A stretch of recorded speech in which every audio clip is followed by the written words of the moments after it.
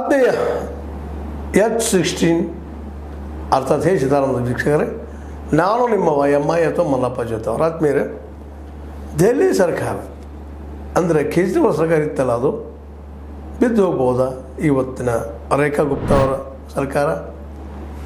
ಯಾಕಂದರೆ ಅಲ್ಲಿ ಭಾಳ ಚರ್ಚೆ ಜೋರ್ದಾರ್ ನಡೀತಾ ಇದೆ. ಮನೋಜ್ ತಿವಾರಿ ಮತ್ತು ಪ್ರವೇಶ್ ವರ್ಮಾ ಅತೃಪ್ತರಿದ್ದಾರೆ ಅವ್ರು. ಯಾಕಂದರೆ ದೆಹಲಿಯಲ್ಲಿ BJP ಸರ್ಕಾರ ಬರೋಲ್ಲಿ ಅವ್ರು ಭಾಳ ದೊಡ್ಡ ಕೆಲಸ ಅದ. ಹೋರಾಟ ಮಾಡಿದವರು ಅದಾರ, ಕೇಜ್ರಿವಾಲ್ ವಿರೋಧವಾಗಿ ಸಾಕಷ್ಟು ಸಂಘಟನೆ ಮಾಡಿದವರು ಅದಾರ, BJP ಎದ್ದು ನಿಲ್ಲೋದು ಕಾರಣೀಕರ್ತರಾಗಿದ್ದಾರೆ.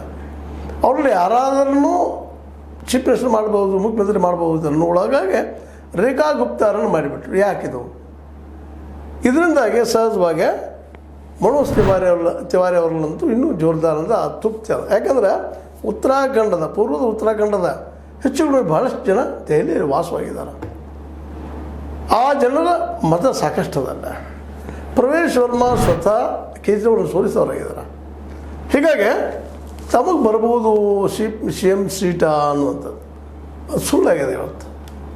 ಹೀಗಾಗಿ ಅವರು ನಿರಂತರವಾಗಿ ಕೇಜ್ರಿವಾಲ್ರ ಈ ಆಮ್ ಆದ್ಮಿ ಜೊತೆಗೆ ಸಂಪರ್ಕದಲ್ಲಿದ್ದಾರೆ ಸುದ್ದಿಗಳು ಬರ್ತಾ ಇದ್ದಾವೆ. ಹಾಗಾದ್ರೆ ಬಿದ್ದು ಹೋಗ್ತದನ ರೇಖಾ ಗುಪ್ತಾ ಅವ್ರ ಸರ್ಕಾರ? ಭಾಳ ಜನ ಅದೇ ರೀತಿ ಹೇಳ್ತಾ ಇದ್ದಾರೆ. ಇವರು ಬಂದ್ರಪ್ಪ ಅಂತಂದ್ರೆ ಮೋಸ್ಟ್ ಬಿದ್ದು ಹೋಗ್ತದೆ ಅಂತೇಳಿ. ಕೇಜ್ರಿವಾಲ್ಗಳು ಯಾವುದೋ ಪ್ರಸಂಗದಲ್ಲಿ ಏನಾದರೂ ಮಾಡಿ ಆ ಸರ್ಕಾರನ ಬೆಳೆಸ್ಬೇಕು ಅನ್ನೋಂಥ ತರ್ಕದ ಅಂತ ಹೇಳ್ತಾ ಇದ್ದಾರೆ. ಅದರಲ್ಲಿ ಇದು ಎಷ್ಟು ಮಟ್ಟಿಗೆ ಸರಿ, ತಪ್ಪ, ಸುಳ್ಳ, ಕರೆ ನೋಡ್ಬೇಕು ಮುಂದಿನ ದಿನದಲ್ಲೇ. ಆದರೆ ಇದೇ ಸಮಯದಲ್ಲೇ ರೇಖಾ ಗುಪ್ತಾ ಆದರೂ ಸಹಿತ ಒಬ್ಬ ತನ್ನ ಭಾಷೆಯನ್ನು ಬೇಕಾಬಿಟ್ಟಿ ಮಾತಾಡುವಂಥ ಹೆಣ್ಮಗಳಾಗಿದ್ದಾರೆ. ಒಬ್ಬ ಮುಖ್ಯಮಂತ್ರಿ ಯಾವ ರೀತಿ ಇರಬೇಕು ಆ ರೀತಿ ಇಲ್ಲ, ಗಾಲಿ ಗಲೋಸ್ ಅಂದ್ರೆ ಬೈಗಳನ್ನು ಉಪಯೋಗ ಮಾಡುವಂಥ ಹೆಣ್ಮಗಳಾಗಿದ್ದಾರೆ.